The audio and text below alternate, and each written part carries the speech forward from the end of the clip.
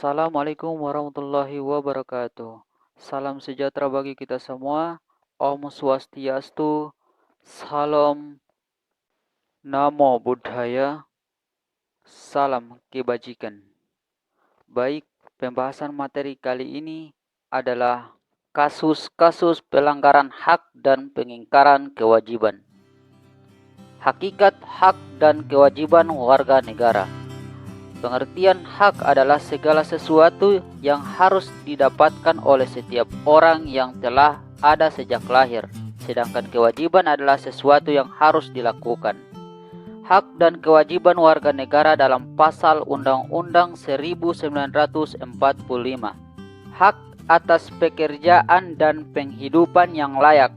Pasal 27 ayat 2 Undang-Undang Dasar 1945 yang berbunyi, tiap-tiap warga negara berhak atas pekerjaan dan penghidupan yang layak bagi kemanusiaan. Pasal ini menunjukkan asas keadilan sosial dan kerakyatan. Yang kedua, hak membela negara. Pasal 27 ayat 2 1945 yang berbunyi, setiap warga negara berhak dan wajib ikut serta dalam upaya pembelaan negara. Yang ketiga, hak dan kewajiban pembelaan negara dinyatakan dalam Pasal 30 ayat 1 Undang-Undang Dasar 1945, yaitu tiap-tiap warga negara berhak dan wajib ikut serta dalam usaha pertahanan negara. Hak dan kewajiban yang dimiliki negara terhadap warga negara. 1. Hak negara untuk ditaati hukum. 2. Hak negara untuk dibela. 3. Hak negara untuk menguasai bumi, air, dan kekayaan untuk kepentingan rakyat. Yang keempat, kewajiban warga negara untuk menjamin sistem hukum yang adil. 5. Kewajiban negara untuk menjamin hak asasi warga negara. Keenam, kewajiban warga negara untuk mengembangkan sistem pendidikan nasional untuk rakyat. Ketujuh, kewajiban negara memberikan jaminan sosial dan kebebasan beragama. Hak dan kewajiban warga negara dalam nilai dasar Pancasila. Yang pertama, itu melambangkan bintang, menjamin hak kemerdekaan untuk memeluk agama, melaksanakan ibadah, dan menghormati perbedaan agama. Yang kedua, melambangkan rantai, artinya setiap warga negara pada kedudukan yang sama dalam hukum serta memiliki kewajiban dan hak yang sama untuk mendapatkan jaminan dan perlindungan hukum. Yang ketiga, melambangkan pohon beringin. Artinya, di situ ada unsur pemersatu di antara warga negara dengan semangat rela berkorban dan menempatkan kepentingan bangsa dan negara.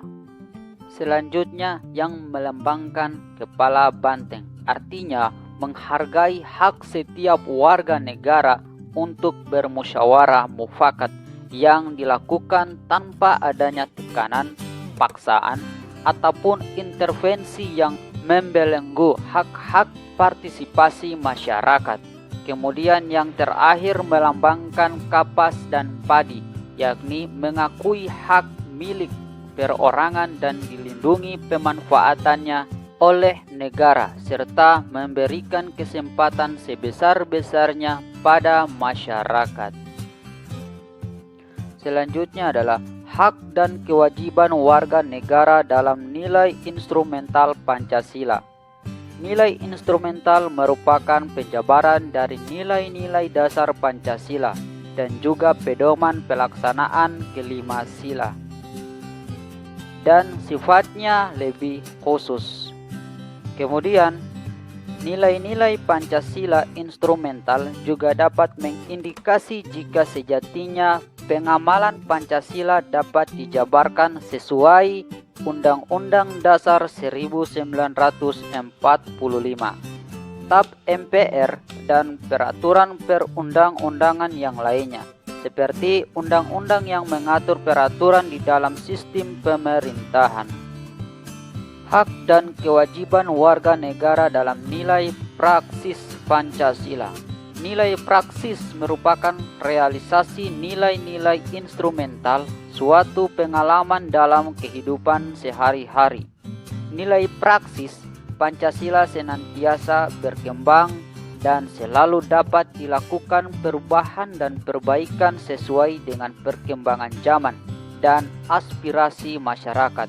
Kemudian HAM dalam nilai praksis Pancasila dapat terwujud apabila nilai dasar dan instrumental Pancasila itu sendiri dapat dilaksanakan dalam kehidupan sehari-hari oleh seluruh warga negara. Faktor-faktor penyebab kasus pelanggaran hak warga negara. Yang pertama, faktor internal. 1. Rendahnya tingkat kesadaran dalam melakukan kewajiban demi memenuhi hak warga negara lainnya. 2. Memiliki sikap apatis terhadap terpenuhinya hak warga negara lainnya. 3. Memiliki sifat intoleran. 4. Memiliki sifat individualis. 5. Memiliki kondisi psikologis yang buruk. Selanjutnya, ada pula faktor eksternal.